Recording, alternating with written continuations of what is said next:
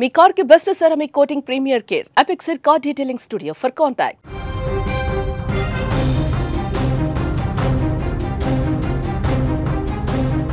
పాఠశాల ఆవరణలో జరుగుతున్న వేదిక నిర్మాణ పనులు ఓ ఉపాధ్యాయుని జీవితాన్ని బలిగొంది. అనకాపల్లి జిల్లాలోని పాయకరావుపేట మండలం రాజానగరం ఉన్నత పాఠశాల ఆవరణలో సాంస్కృతిక కార్యక్రమాల కోసం ఒక కొత్త కళావేదిక నిర్మాణ పనులు జరుగుతున్నాయి. ఈ క్రమంలో శుక్రవారం రోజు ఆ వేదిక పైకప్పు వేసేందుకు కాంట్రాక్టర్లు క్రేన్ ఏర్పాటు చేశారు.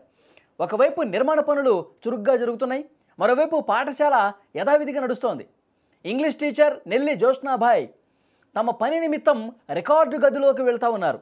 అదే సమయంలో నిర్మాణ సామాగ్రిని పైకి తీసుకెళ్తున్నటువంటి క్రేన్ బకెట్ ఒక్కసారిగా తెగిపోయింది.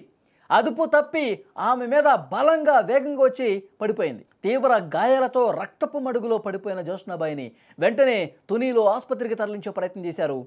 అయితే పరిస్థితి విషమించడంతో ఆమె మార్గ మధ్యలోనే తుది శ్వాస విడిచినటువంటి పరిస్థితి ఉంది. చాలా బాధాకరం. మొత్తం అక్కడ ఉన్నటువంటి తోటి ఉపాధ్యాయులు విద్యార్థులందరూ కూడా కన్నీళ్లు పెట్టుకున్న పరిస్థితి ఉంది.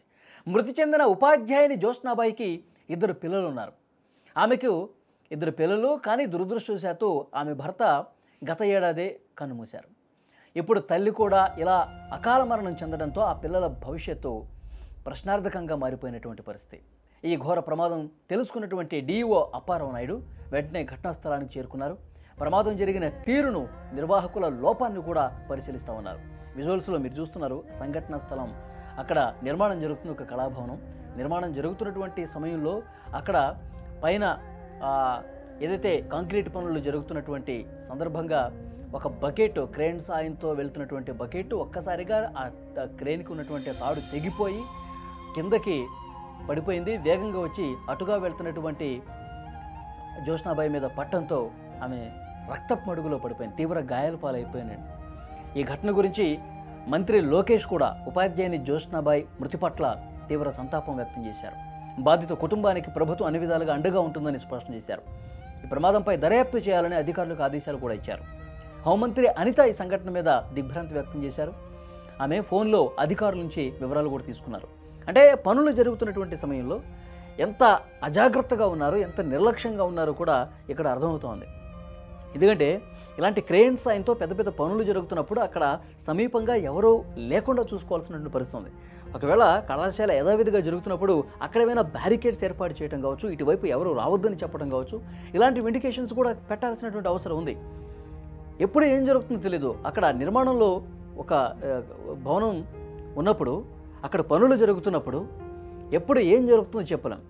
సో బకెట్ చూడండి ఎంత బలంగా ఉందో, ఐరన్ బకెట్. క్రేన్ సాయంతో అక్కడ పనులు చేసేటటువంటి క్రేన్కి సంబంధించిన బకెట్ ఎంత బరువు ఉంటుంది, ఎంత బలంగా అది ఢీ కొడితే తీవ్ర గాయాల పాలైపోతారు, స్పాట్లో చనిపోయే పరిస్థితి ఉంటుంది. కానీ ఇక్కడ నిర్లక్ష్యం కనిపిస్తుంది. అక్కడ పనులు చేసే కాంట్రాక్టర్ ఎవరైతే ఉన్నారో వాళ్ళు సరైన విధంగా జాగ్రత్త చర్యలు తీసుకోలేదని అర్థమవుతుంది.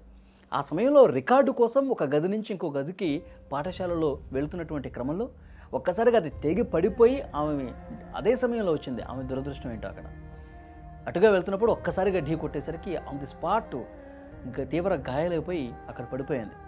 ఆ కేకలకి అరుపులకి అక్కడ ఉన్నటువంటి తోటి ఉపాధ్యాయులు, విద్యార్థులు అందరూ కూడా హుటాహుటిన వచ్చారు. వెంటనే అంబులెన్స్కి పిలిపించి తుని ఆసుపత్రికి తీసుకెళ్లారు. కానీ తీవ్ర గాయాలతో చికిత్స పొందుతూ ఆమె చనిపోయినటువంటి పరిస్థితి ఉంది. సో భర్త కూడా గత సంవత్సరమే చనిపోయారు. 2 పిల్లలు ఉన్నారు, అనాథలైపోయిన పరిస్థితి ఉంది. కానీ లోకేష్ గారు, హోంమంత్రి అనిత గారు మాట్లాడారు. ఆ పిల్లల బాధ్యత ప్రభుత్వం చూసుకుంటుంది, వాళ్ళని ఉన్నత చదువులు చదివిస్తుంది, ఆ పిల్లలకు అండగా ఉంటుందని కూడా చెప్పారు. కానీ ఇక్కడ ప్రాణం పోయిందండి. అక్కడ ఉన్నటువంటి అధికారులు, ఈ కాంట్రాక్ట్ పనులు చేస్తున్నటువంటి ఎవరైతే ఉన్నారో వాళ్ళు నిర్లక్ష్యం చేయటం వల్ల ఒక ప్రాణం పోయిన పరిస్థితి ఉందని చెప్పి ప్రతి ఒక్కరూ మాట్లాడుతున్నారు అక్కడ.